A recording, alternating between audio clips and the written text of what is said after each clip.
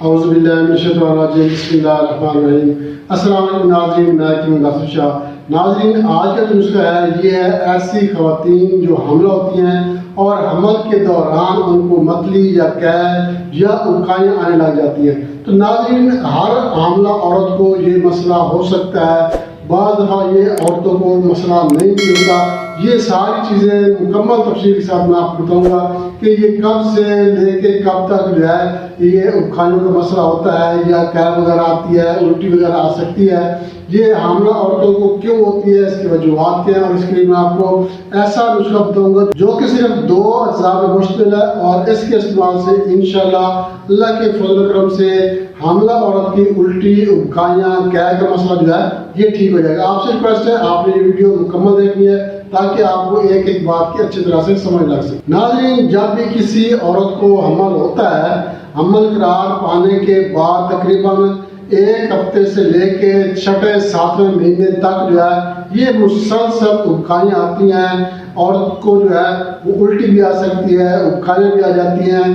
اس کے علاوہ جو ہے اکھاڑیاں یا الٹی قید وغیرہ آنے کے ساتھ ساتھ جو ہے جس عورت کو حمل قرار پا جاتا ہے اس کو یہ مسئلہ بن جاتا ہے۔ اب یہ ہر عورت کو مسئلہ نہیں بنتا، کسی عورت کو یہ مسئلہ بنتا ہے کہ جب اس کو حمل قرار پا جاتا ہے تو حمل کے بعد جو ہے اس کو اکھاڑیاں یا الٹی آنے لگ جاتی ہے۔ تو ناظرین، یہ ایک علامت سمجھی جاتی ہے، یہ ایک نشانی سمجھی جاتی ہے جو کہ حمل کو جو ہے ڈیفائن کرتی ہے کہ یہ واقعی حمل قرار پا چکا ہے۔ بعض دفعہ ایسا ہوتا ہے کہ ویسے ہی ڈیٹ جو ہے 2-4 دن اوپر چلی جاتی ہے، 10 دن 15 دن تک بھی جو ہے یہ ڈیٹ اوپر چلی جاتی ہے، اور جو عورت ہے وہ یہ سمجھتی ہے کہ اس کو حمل ہو گیا ہے، اگرچہ اس کو اکھائی آ رہی ہے یا قید ہو رہی ہے، اس کا مطلب ہے اس کو حمل ہو گیا ہے۔ اگر اکھائی نہیں آ رہی یا متلی نہیں آ رہی، قید نہیں ہو رہی اور دن بھی اس کو اوپر چڑھ گیا ہے، بے شک اس کو مہینہ اوپر چڑھ گیا ہے، اگر اس کو اکھائی یا متلی نہیں ہو رہی اس کا مطلب ہے اس عورت کو حمل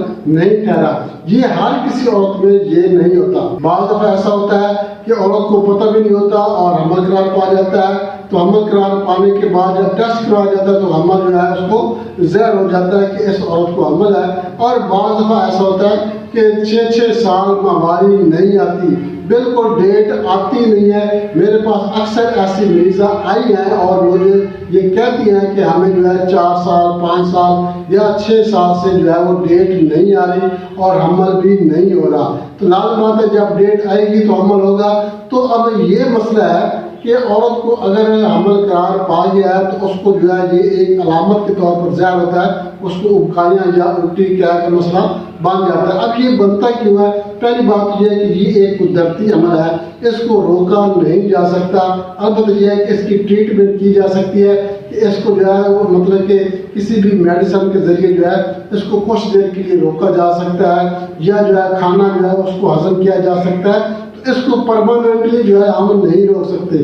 اگر ہم اس کو پرماننٹلی جو ہے زبردستی ہم اس کو روکیں گے، الٹی اکھائی وغیرہ کو، متلی قید وغیرہ کو ہم اگر زبردستی روکیں گے میڈیسن کے ذریعے، ایلوپیتھی میڈیسن کے ذریعے روکا جا سکتا ہے، انجیکشن کے ذریعے روکا جا سکتا ہے، تو اس کا بچے پہ ایفیکٹ ہو سکتا ہے، بچے پہ اثر انداز ہو سکتا ہے، عورت پہ اثر انداز ہو سکتا ہے۔ تو اس چیز کو جو ہے روکنا نہیں چاہیے، مگر یہ ہے کہ اس سے جو ہے کچھ نہ کچھ افاقہ ہو جاتا ہے۔ جو نسخہ میں آپ کو بتاؤں گا یہ کیا ہوگا، اس سے افاقہ ہو جائے گا، عورت کو کھانا ہضم ہو جائے گا، کھانا ہضم ہوگا، عورت کے اندر جو ہے وہ تھوڑی سی طاقت آئے گی۔ بچے کو بھی جو ہے وہ خون چاہیے ہوتا ہے، عورت کو بھی خون چاہیے ہوتا ہے۔ اگر عورت جو ہے وہ غذا نہیں استعمال کرے گی تو اس عورت کی HB جو ہے یہ کم ہو جائے گی۔